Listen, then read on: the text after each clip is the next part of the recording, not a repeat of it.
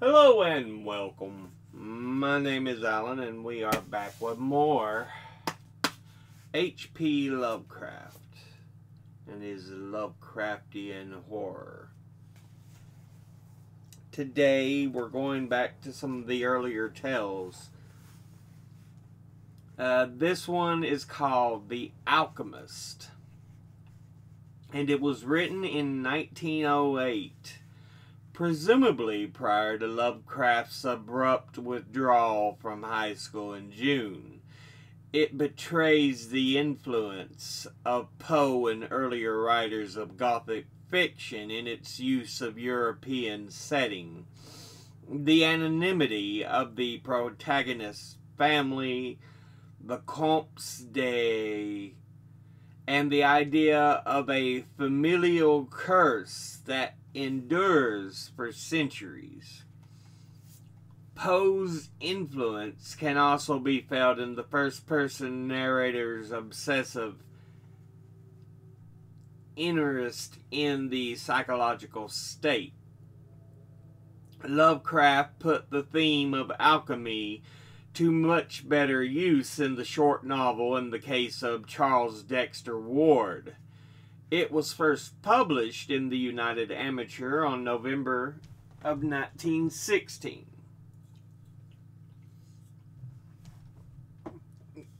High up, crowning the grassy summit of the swelling mound, whose sides are wooded near the base of the gnarled trees of the primeval forest, stands the old chateau of my ancestors. For centuries, its lofty battlements have frowned down upon the wild and rugged countryside about, serving as a home and stronghold for the proud house whose honored line is older than the moss-grown castle walls. These ancient turrets, stained by the storms of generations and crumbling under the slow yet mighty pressure of time, formed in the ages of feudalism one of the most dreaded and formidable fortresses in all France. From its maculated parapets and the mounted battlements, barons, counts, and even kings had been defied. Yet never had its spacious halls resounded to footsteps of the invader.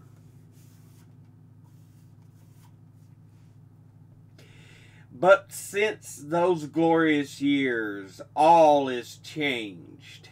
A poverty but little above the level of dire want, together with the pride of the name that forbids its alleviation by the pursuits of commercial life, have prevented the scions of our line from maintaining their estates in pristine splendor, and the falling stones of the walls, the overgrown vegetation in the parks, the dry and dusty moat, the ill-paved courtyards, and the toppling towers without, as well as the sagging floors, the worm-eaten wainscots, and the faded tapestries within, all tell a gloomy tale of fallen grandeur.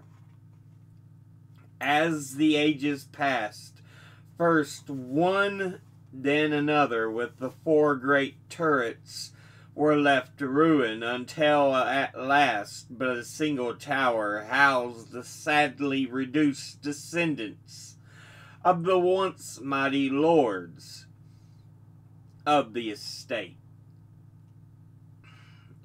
It was in one of the vast and gloomy chambers of this remaining tower that I, Antoine, last of the unhappy and accursed Comtes de C, first saw the light of day 90 long years ago, Within these walls and amongst the dark and shadowy forests, the wild ravines and grottos of the hillside below, were spent the first years of my troubled life. My parents I never knew. My father had been killed at the age of 32, a month before I was born, by the fall of the stone somehow dislodged from one of the deserted parapets of the castle. And my mother having died at my birth, my care and education evolved solely upon the remaining servitor, an old and trusted man of considerable intelligence, whose name I remember as Pierre. I was an only child, and the lack of companionship which this fact entailed upon me was augmented by the strange care exercised by my aged guardian in excluding me from the society of the peasant children, whose abodes were scattered here and there upon the plains that surrounded the base of the hill. At the time, Pierre said that this restriction was imposed upon me because my noble birth placed me above association with such plebeian company. Now I know that its real object was to keep me from my ears the idle tales of the dread curse upon our line that were nightly told and magnified by the simple tenantry as they conversed in hushed accents in the glow of the cottage hearth. Thus isolated and thrown upon my own resources, I spent hours of my childhood in poring over the ancient tomes that filled the shadow-haunted library of the chateau, and in roaming without aim or purpose through the perpetual dusk of the spectral wood that clothes the side of the hill near its foot. It was perhaps an effect of such surroundings that my mind nearly acquainted a shade of melancholy. Those studies and pursuits which partake of the dark and occult in nature most strongly claimed my attention. Of my own race I was permitted to learn singularly little, yet what small knowledge of it I was able to gain seemed to depress me much. Perhaps it was only at first only the manifest reluctance of my old preceptor to discuss with me my paternal ancestry that gave rise to the terror which I ever felt at the mention of my great house.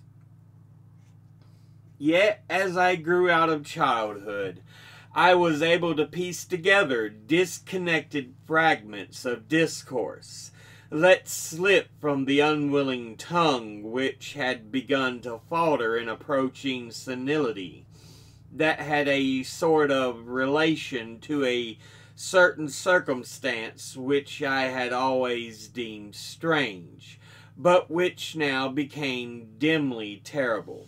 The circumstance to which I allude is the early age at which all the comps of my line had met their end. Whilst I had hitherto considered this but a natural attribute of a family of short-lived men, I afterward pondered long upon the premature deaths and began to connect them with the wanderings of the old man, who often spoke of a curse which for centuries had prevented the lives of the holders of my title from much exceeding the span of 32 years. Upon my 21st birthday, the aged Pierre gave to me a family document which said had for many generations been handed down from father to son and continued by each possessor. Its contents were of the most startling nature, and its perusal confirmed the gravest of my apprehensions.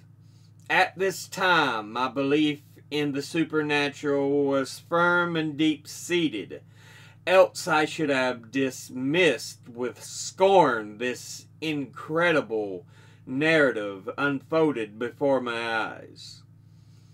The paper carried me back to the days of the 13th century, when the old castle in which I sat had been a feared and impregnable fortress.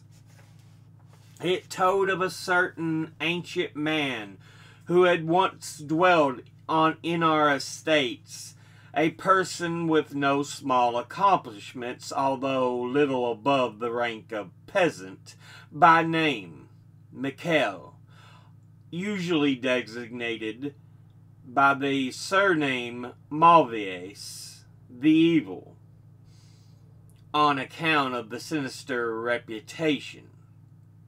He had studied beyond the custom of his kind, seeking such things as the philosopher's stone or the elixir of eternal life, and was reputed wise in the terrible secrets of black magic and alchemy. Michael Malve had one son named Charles, a youth as proficient as himself in the hidden arts, and who had therefore been called Le Sorcier, or the Wizard. This pair, shunned by all honest folk, were suspected of the most hideous practices. Old Michael was said to have burnt his wife alive as a sacrifice to the devil, and the unaccountable disappearances of many small peasant children were laid at the dreaded door of these two. Yet, through the dark natures of the father and son ran one redeeming ray of humanity. The evil old man loved his offspring with fierce intensity, whilst the youth had for his parent a more than filial affection. One night the castle on the hill was thrown into the wildest confusion by the banishment of the young Godfrey, son to Henri the Comte. A searching party headed by the frantic father invaded the cottage of the sorcerers and came upon old Michael Mauvais busy over a huge and violently boiling cauldron. Without certain cause, in the ungoverned madness of fury and despair, the Comte laid hands on the aged wizard, and ere he released his murderous hold, his victim was no more. Meanwhile, joyful servants were proclaiming the finding of young Godfrey in the distant and unused chamber of the great edifice, telling too late that poor Michael had been killed in vain. As the Comte and his associates turned away from the lowly abode of the alchemists, the form of Charles Le Sorcier appeared through the trees. The excited chatter of the menials standing about told him what had occurred, yet he seemed at first unmoved at his father's fate. Then slowly advancing to meet the Comte, he pronounced in dull yet terrible accents the curse that ever afterward haunted the house of C. May ne'er a noble of thy murderous line survive to reach a greater age than thine. spake he, when suddenly leaping backwards into the black wood, he drew from his tunic a phial of colorless liquid, which he threw into the faces of his father's slayer. As he disappeared behind the inky curtain of night, the Comte died without utterance, and was buried the next day, but little more than 32 years from the hour of his birth. No trace of the assassin could be found, though relentless bands of peasants scoured the neighboring woods and the meadowland around the hill.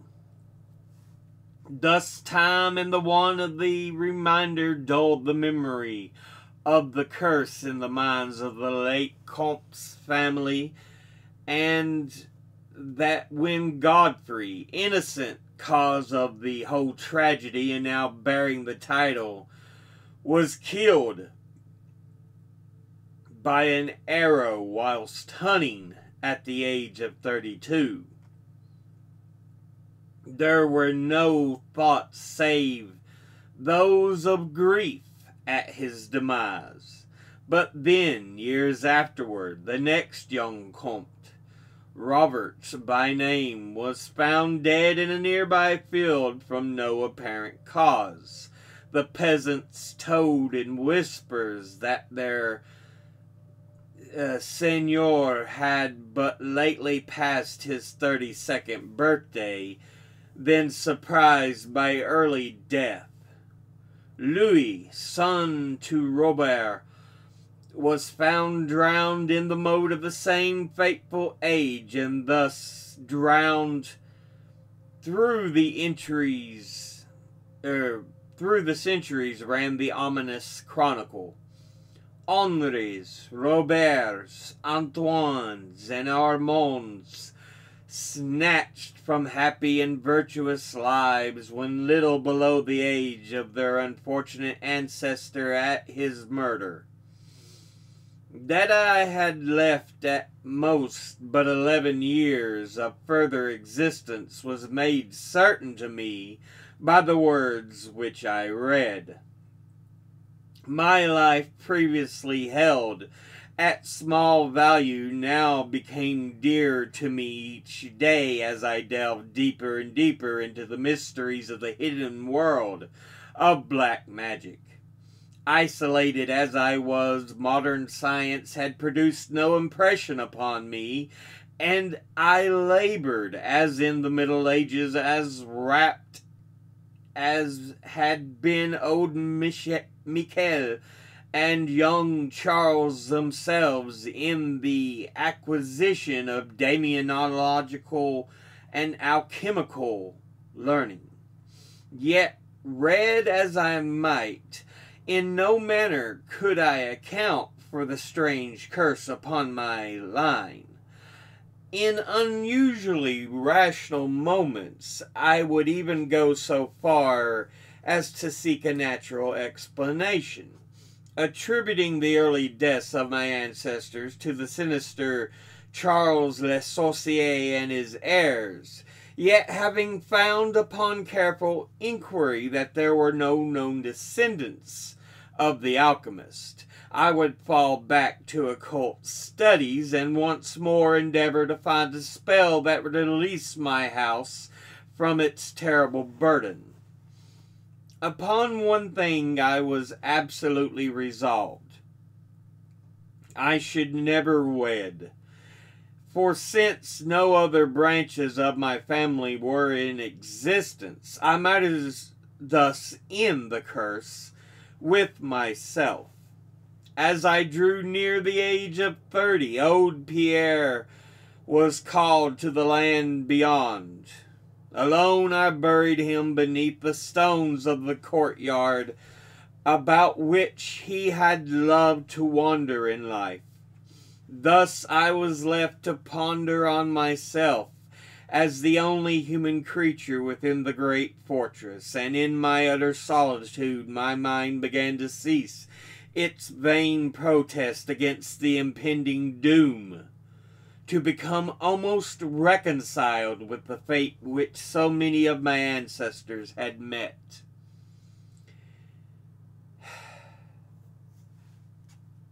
Much of my time was now occupied in the exploration of the ruined and abandoned halls and towers of the old chateau, which in youth fear had caused me to shun, and some of which old Pierre had once told me had not been trodden by human foot for over 4 centuries. Strange and awesome were many of the objects I encountered. Furniture covered by the dust of ages and crumbling with the rot of long dampness met my eyes. Cobwebs in a profusion never before seen by me were spun everywhere, and huge bats flapped their bony and uncanny wings on all sides of the otherwise untenanted gloom. Of my exact age, even down to days and hours, I kept a most careful record for each movement of the pendulum of the massive clock in the library, told off so much more of my doomed existence. At length I approached that time which I had so long viewed with apprehension, since most of my ancestors had been seized some little while before they reached the exact age of Comte Henri. At his end, I was every moment on the watch for the coming of the unknown death. In what strange form the curse should overtake me, I knew not, but I was resolved at least that it should not find me a cowardly or a passive victim. With new vigor I applied myself to my examination of the old chateau and its contents.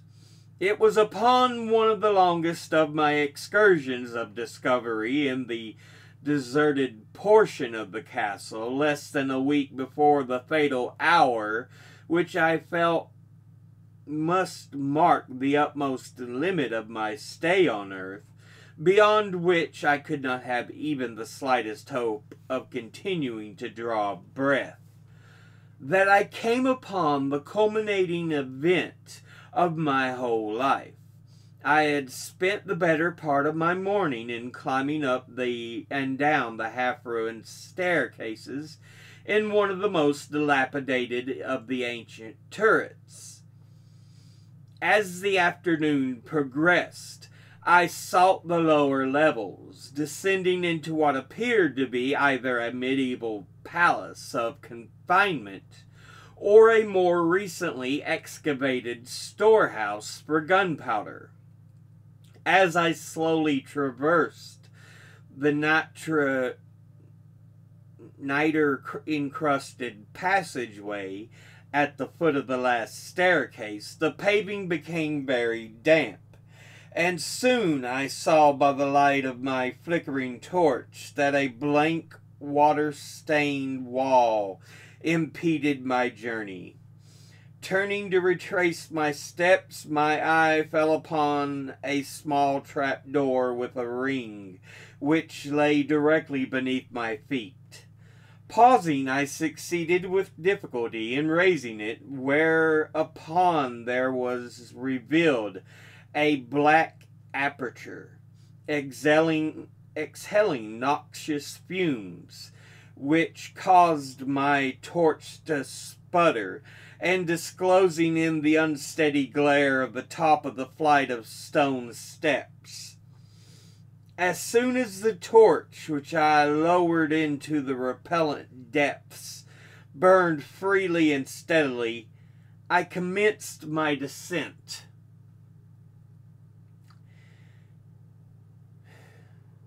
The steps were many, and led to a narrow stone-flagged passage which I knew must be far underground. The passage proved of great length and terminated on a massive oaken door, dripping with the moisture of the place and stoutly resisting all of my attempts to open it. Ceasing after a time my efforts in this direction, I had proceeded back some distance toward the steps when suddenly fell to my experience one of the most profound and maddening shocks capable of reception by the human mind. Without warning, I heard the heavy door behind me creak slowly open upon its rusted hinges. My immediate sensations are incapable of analysis. To be confronted in a place as thoroughly deserted as I had deemed the old castle, with evidence of the presence of man or spirit, produced in my brain a horror of the most acute description. When at last I turned and faced the seat of the sound, my eyes must have started from their orbits at the sight that they beheld. There in the ancient Gothic doorway stood a human figure. It was that of a man, clad in a skull cap and long medieval tunic of dark color. It was that of his long hair and flowing beard were of a terrible and intense black hue and of incredible profusion. His forehead high above, beyond the usual dimensions, his cheeks deep sunken and heavily lined with wrinkles, and his hands long, claw-like, and gnarled, were of such deathly marble-like whiteness as I have never elsewhere seen in man. His figure, lean to the proportions of a skeleton, was strangely bent and almost lost within the voluminous folds of his peculiar garment.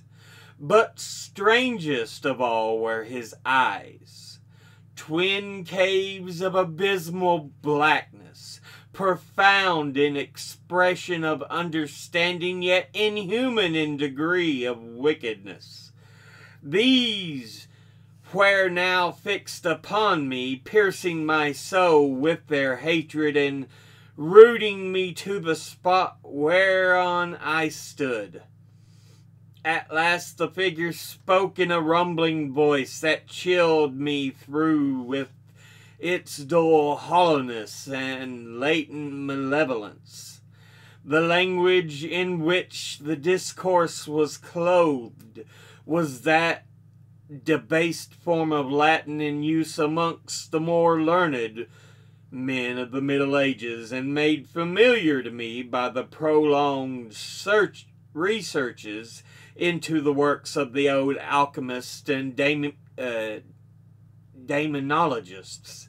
The apparition spoke of the curse which had hovered over my house, told me of my coming end, dwelled on the wrong perpetrated by my ancestor against old Michel Mauvais, and gloated over the revenge of Charles Le Sorcier.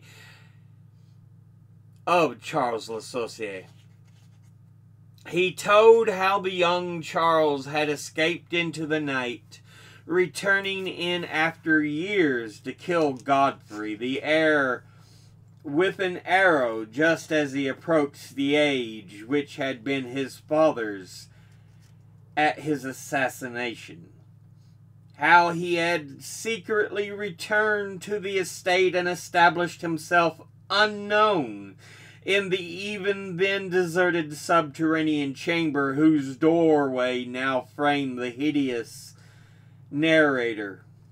How he had seized Robert, son of Godfrey, in a field, forced a poison down his throat, and left him to die at the age of 32, thus maintaining the foul provisions of his vengeful curse.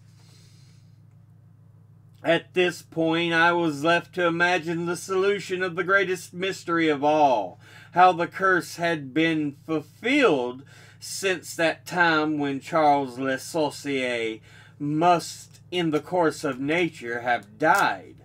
For the man digressed into an account of the deep alchemical studies of the two wizards, father and son, speaking most particularly to the researches of Charles Le Sorcier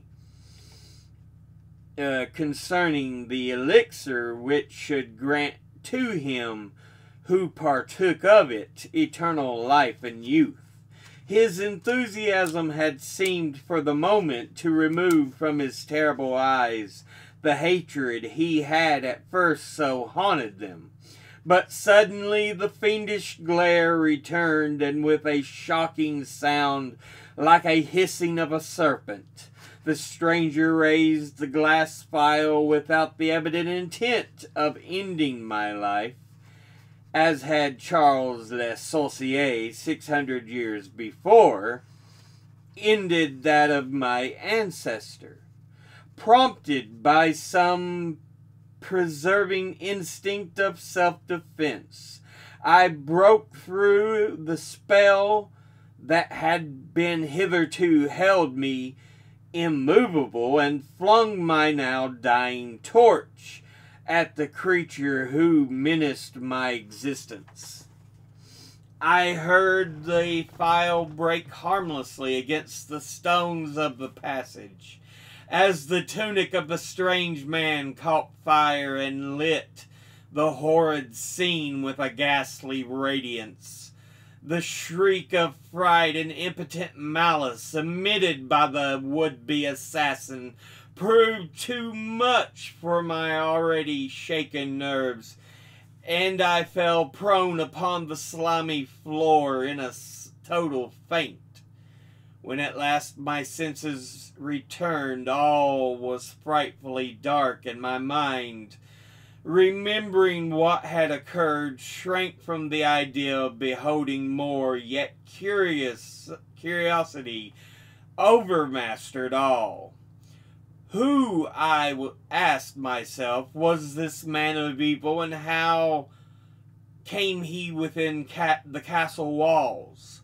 Why should he seek to avenge the death of poor Michael Mauvais, and how had the how had the curse been carried on through all these long centuries since the time of Charles Le Sorcier? The dread of the years was lifted from my shoulders, for I knew that he whom I had felled was the source of my danger from the curse, and that I was now free. I burned with desire to learn more of the sinister thing which had haunted my line for centuries and made of my own youth one long continued nightmare.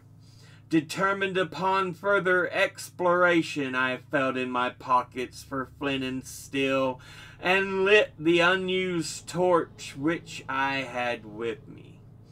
First of all, the new light revealed the distorted and blackened form of the mysterious stranger. The hideous eyes were now closed. Disliking the sight, I turned away and entered the chamber beyond the Gothic door.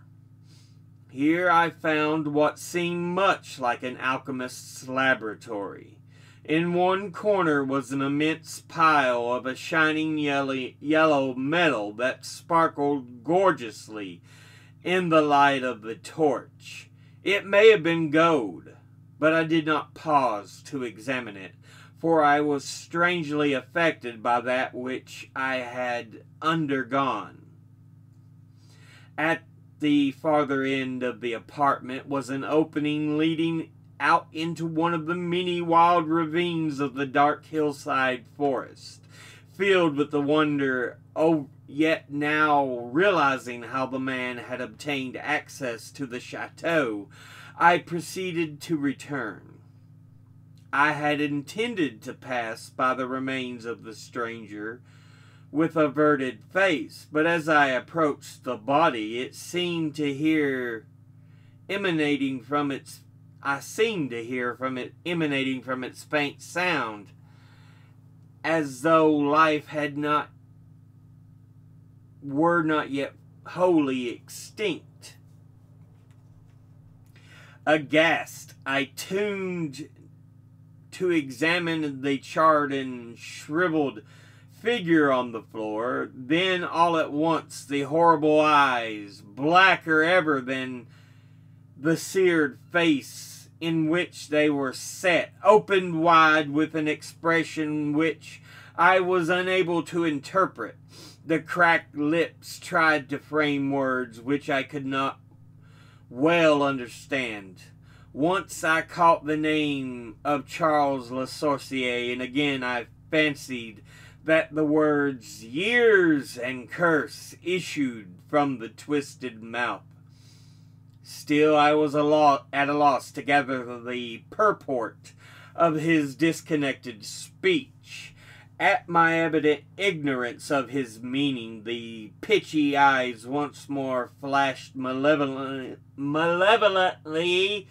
at me, until, helpless as I saw my opponent to be, I trembled as I watched him.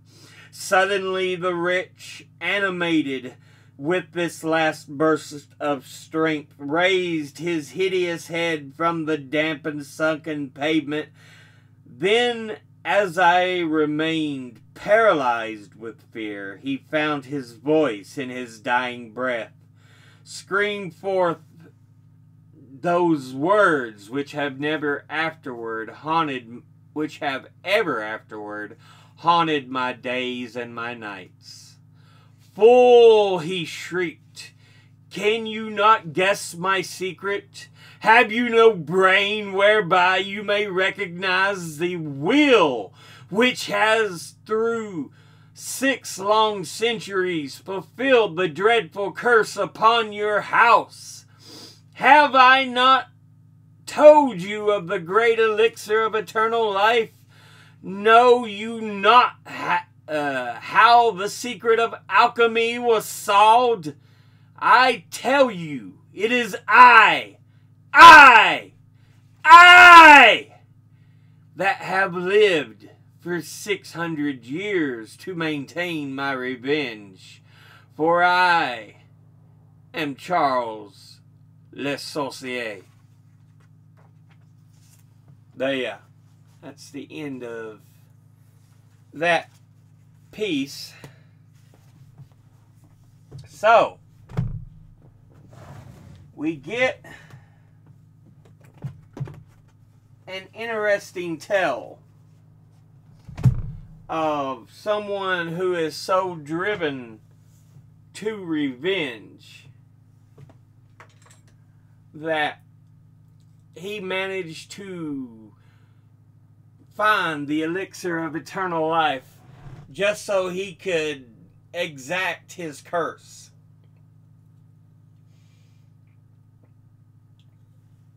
He was so driven to vengeance that he looked for ways to have his revenge on the entire line.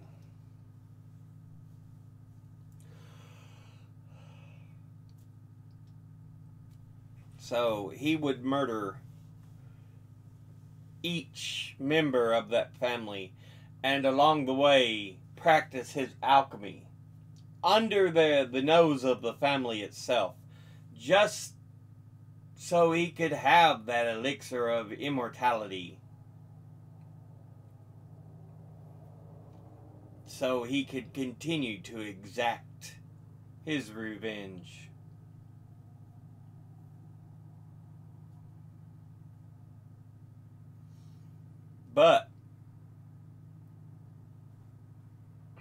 our protagonist, so to speak, of the story, talks of his encounter.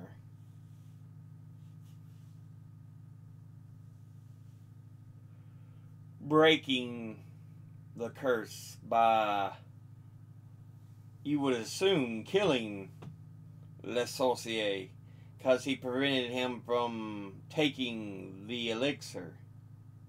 Again, the dose he needed.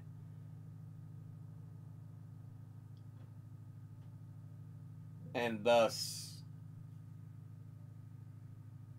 ending the curse. At least that's how I kind of see it, because I think he mentioned at the beginning of the story that he was an older gentleman at this point. That he was like in his 90s. So yeah, this event was something that happened.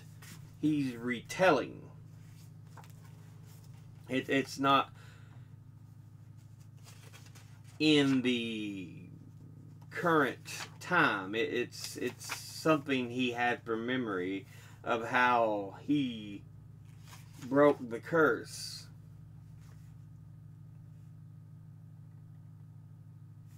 Yep. Let's see.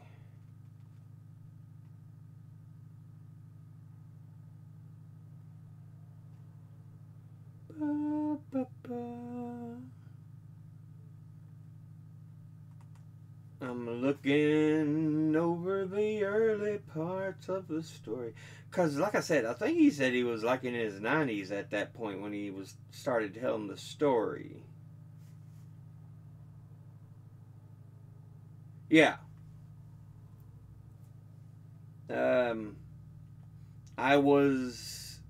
It was in use in the vast and gloomy chambers of the remaining tower that I, Antoine, last of the unhappy and accursed Comtes d'Essy, first saw the light of day 90 long years ago. So he's telling the story at the age of 90.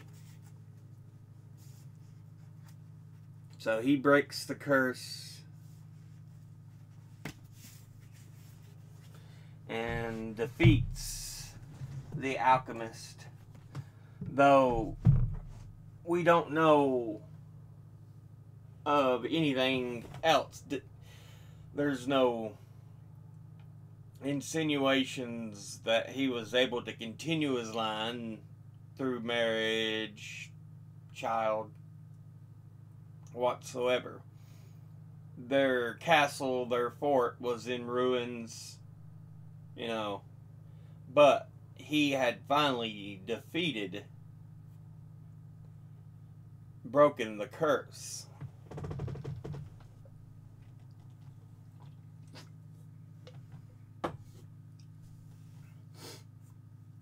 And the guy that they murdered, Malve, he probably should have been named Michel or Michel. Again, I don't speak French. I'm just trying to do from what I'm aware of how some of the words are done.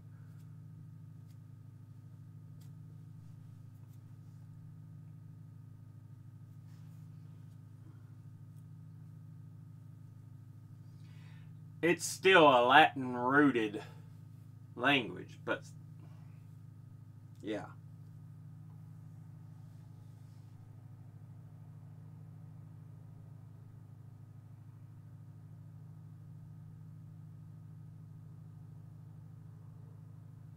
Because Rome had conquered much of Europe.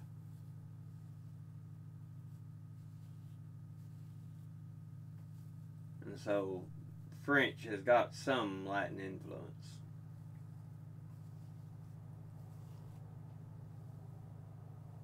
But, anyway, we're not here to talk about languages. Good story. I enjoyed it. Again, as in the introduction to the story, it said he tried to be much more Edgar Allan Poe-esque, and you could see it. It was a bit different from some of his other works.